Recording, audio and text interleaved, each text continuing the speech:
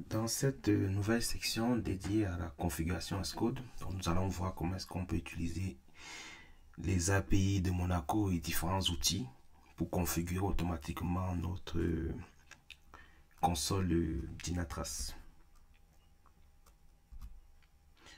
Donc, petit rappel, on a dit que lorsqu'on faisait une souscription Dynatrace, ça pouvait être en mode SAS ou en mode Manage. Donc, compte tenu du fait que les URL sont différentes, donc il faudrait bien les prendre en compte lorsque vous définissez votre configuration pour faire les appels à l'API. Lorsque vous êtes en mode Manage, vous pouvez créer différents environnements. Donc, l'environnement va être positionné dans l'API. Donc, faites bien attention à bien récupérer l'ID de l'environnement quand vous faites l'appel. On verra plus tard, vous avez les Swagger qui vont vous permettre de faire déjà les premiers tests avant d'industrialiser vos configs. Donc pensez à tester déjà vos configs au niveau des Swagger, ça permet déjà de tester la qualité des tokens, tout ce genre de choses. On va voir tout ça en détail devant. Une autre chose aussi importante lorsque vous allez parcourir la documentation, donc ça c'est plutôt bien fait dans la documentation Dynatrace en général. Dans la documentation, Dynatrace va essayer de vous rappeler vos URL. Donc, vous voyez, dans la documentation, il va bien vous indiquer si vous êtes dans du Manage, c'est ça que vous devez mettre comme URL. Si vous êtes dans du SAS, c'est ça que vous devez mettre comme URL. Et si vous devez faire appel à l'API via une ActiveGate de type environnement, voilà comment est-ce que vous devez appeler l'élément. Donc ça c'est pas mal, il vous rappelle toutes les petites subtilités qu'ils peuvent avoir, le fait de changer d'API, le fait de changer de destination. Quand on dit des destinations, c'est plutôt le point d'entrée. Est-ce que j'appelle directement le cluster? Est-ce que j'appelle l'environnement ActiveGate? Donc prenez bien ça en compte au moment où vous appelez votre API. Tout à l'heure, on a toujours parlé des API au pluriel, tout simplement parce que au lieu de faire une grosse API, parce que c'est vrai qu'il y a quand même pas mal de fonctions, ils ont fait le choix de faire 3 API. Donc il y a une API de type cluster, une API de type environnement, une API de type configuration.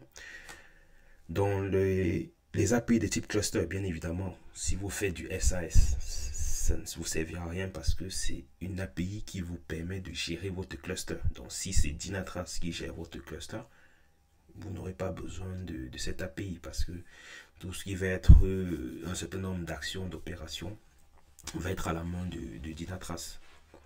Donc toutes les fonctions des API de type cluster vont être le plus souvent plutôt à la portée des API de type cluster pour créer des groupes, pour créer des utilisateurs si vous n'utilisez pas du SSO, ce genre de choses. Donc ça va vraiment être l'API qui va piloter votre cluster en général. Bon, compte tenu du fait que il s'agit d'une API de type cluster, donc si vous voulez accéder au Swagger, bon, soit vous pouvez retenir le chemin, mais si vous ne retenez pas le chemin, vous pouvez y accéder depuis votre console CMC. Donc un environnement de type cluster. La deuxième catégorie d'API, c'est les API de type environnement. Donc bien évidemment, comme le schéma vous l'indique ici, lorsque vous avez créé votre cluster, donc je vous ai dit, vous pouvez créer des environnements. Donc à chaque fois, je répète, quand on parle d'environnement dans Dynatrace, il faut rassocier ça au concept de tenante. Donc vous pouvez créer plusieurs tenants.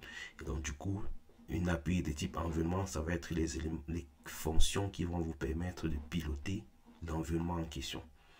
Donc, comme j'ai dit précédemment, lorsqu'on agit sur le cluster, donc votre cluster a une seule URL. Donc, pour le cluster, mais lorsqu'on arrive maintenant, on veut commencer à piloter les environnements. Les environnements, rappelez-vous, dans l'URL de l'environnement, il y a l'ID. Donc, si vous voulez appeler cet environnement, il faudra bien que dans l'URL, vous mettez l'ID de cet environnement. Au moment d'appeler ce second environnement, il faudra mettre son environnement. Et la troisième catégorie d'API, c'est les API de type configuration. Donc ça, c'est vraiment au sein d'un environnement, les configurations que vous voulez positionner. Donc c'est comme ça qu'on fait le distinguo entre ces API. Une autre chose aussi, c'est que lorsque vous serez par exemple en train de travailler sur les API de type cluster, faites attention, Parce que Dynatrace va vous dire que j'ai des API de type cluster de version 1 et de version 2. Quand il dit version 1, version 2, c'est pas pour dire que si vous utilisez l'API de version 2, vous êtes plus à jour, non. C'est juste un état de migration. Aujourd'hui, il y avait les API, ils ont créé la V2. Donc, il y a des fonctions de l'API de type cluster qui ont été migrées en V2. Donc, il y a un travail qui est en cours pour migrer les anciennes API de type cluster de la V1 vers la V2. Donc, lorsqu'on parlera d'API de type cluster V1 ou API de type cluster V2, ce n'est pas une histoire de mise à jour, mais c'est une histoire de migration. Donc, vous devez toujours en permanence utiliser les deux versions parce que il y a des fonctions. Lorsque la fonction en V2, elle est supprimée de la V1 puisque c'est une migration. Ça, c'est valable aussi pour les API de type environnement. Il y a aussi un travail de migration qui est en cours pour basculer les fonctions de la V1 vers la V2. Donc, les API, les versions d'API doivent toujours être utilisées ensemble. Ce n'est pas une évolution. C'est vraiment une migration qui est en cours. Donc, le temps que la migration se fasse, il est possible qu'il y ait des fonctions qui soient en V1 alors que d'autres fonctions sont en V2. Et l'autre chose aussi, c'est qu'une fois que la fonction est créée en V2, elle est supprimée en V1. Donc, il est possible que vous aviez l'habitude d'utiliser une fonction qui était en V1 et que suite à une mise à jour, la fonction n'est plus présente. C'est pour cela que pensez bien au test de non-régression. Ça, c'est très important lorsque vous travaillez Dynatrace, surtout lorsque vous êtes en auto-update, surtout lorsque vous acceptez les mises à jour au fil des livraisons Dynatrace. Donc ça, si vous acceptez et que vous n'avez pas pris le temps de tester, vos pipelines peuvent aller en erreur parce que vous êtes en train d'utiliser une API V1 alors que dans une mise à jour, cette fonction est passée en V2 et donc du coup elle n'est plus disponible. Et donc du coup, si vous avez un pipeline qui tourne et qui appelle cette API, elle va forcément aller en erreur. Donc pensez bien au test de non-régression lorsque vous faites des mises à jour récurrentes. On verra plus tard, il y a des outils tels que Monaco Terraform qui vont nous accompagner. Et donc du coup, ces outils, si vous pouvez essayer de créer des pipelines qui feront vos tests de non-régression, donc ils vont essayer d'appeler les fonctions que vous utilisez régulièrement. Et là, ça permet qu'en cas de mise à jour, si la fonction a basculé, le pipeline ira en erreur, mais au moins ce sera un pipeline de TNR. Et donc du coup, ça vous laisse le temps de corriger. Par contre, si vous attendez que la migration se fasse, que la découverte se fasse lorsque vous appelez une fonction de prod, en ce moment, vous irez en erreur. Pour les API de type configuration, il n'y a pas de migration, donc il n'y en a qu'une seule. Donc c'est beaucoup plus simple, vous n'aurez pas ce souci. Vous serez beaucoup amené à travailler avec les API, c'est ce qui est recommandé. Pas forcément directement avec les API, mais ça peut aussi être des outils d'infrastructure as code ou de configuration as code tels que Monaco ou Terraform. Et donc du coup, assez souvent, il sera amené à construire des payloads. Une des choses qui est aussi une très bonne astuce que moi je recommande, c'est lorsque vous travaillez dans Dynatrace, lorsque vous êtes en train de travailler par exemple sur cette capture, vous êtes en train de construire des SLO. Lorsque vous définissez le SLO, bon, ça ne se voit pas sur cette capture, mais sur la définition du titre, il y a souvent les 3 petits points pour avoir des options supplémentaires. Donc, lorsque vous allez cliquer dessus, sur un certain nombre de fonctions dans Dynatrace, vous verrez un lien vers API. Et lorsque vous allez cliquer, ça va vous ouvrir une petite fenêtre comme ça. Ça, c'est très intéressant. Je l'utilise assez souvent lorsque je fais mes configurations Monaco. C'est au lieu de prendre le temps d'aller lire la doc de l'API et tout, moi ce que je fais, je viens dans l'interface, je crée ma config exactement comme je la souhaite et puis je fais appel à l'API et je prends l'option update. Et donc du coup, quand vous allez dans l'option update, si vous le déroulez, vous verrez votre payload qui va être créé. Et donc du coup, il suffira de prendre ce payload et le mettre dans votre outil Monaco Terraform, de le variabiliser et puis vous avez industrialisé. Ça vous prend 5 minutes. Alors que si vous devez aller lire la doc, vous devez chercher les options, ça vous prendra souvent un peu plus de temps.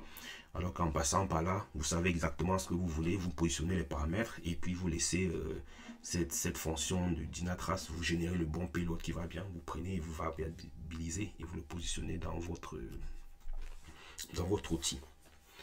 Donc, comme j'ai dit précédemment, c'est bien de travailler avec les API, mais lorsqu'on commence à être dans des configurations un peu poussées, ça devient un peu très compliqué. D'autant plus que assez souvent, lorsqu'on travaille avec des API, il y a souvent un moment où il faut appeler une API qui vous renvoie un résultat, vous prenez le résultat, vous rappelez une deuxième API. Donc ça peut très rapidement être fastidieux. C'est pour cela que mes recommandations, c'est de passer par des outils de configuration à code ou d'infrastructure à code. À ce jour, Monaco et Terraform sont les deux seuls outils qui sont supportés par votre support Dynatrace. Donc si vous avez par exemple fait une souscription SAS, je vous recommande d'utiliser un de ces deux outils. On reviendra plus en détail sur ces deux outils. La plupart d'entre vous qui sont familiarisés avec la configuration as code ou l'infrastructure as code connaissent très bien Terraform. On reviendra aussi sur Monaco, qui est l'outil qui a été développé par Dynatrace. Donc aujourd'hui, en termes de support, si vous utilisez un de ces deux outils, vous êtes compliant au niveau support. Par contre, si vous utilisez un autre outil pour industrialiser, vous n'êtes plus compliant par rapport au support. Donc faites attention, si vous voulez rester conforme au support, je vous recommande d'utiliser un de ces deux outils. La deuxième chose, c'est que moi je recommande d'utiliser Terraform. Tout simplement parce que lorsque vous allez, on verra ça dans les détails de Monaco. Monaco, il est très performant, il fonctionne aussi très bien. Mais aujourd'hui, Monaco, il n'est pas conçu pour travailler avec les API de type cluster. Donc, si en plus de vouloir gérer vos configurations d'environnement, vos configurations, des éléments qui sont présents dans l'API de type environnement ou l'API de type configuration, Monaco fonctionne très bien.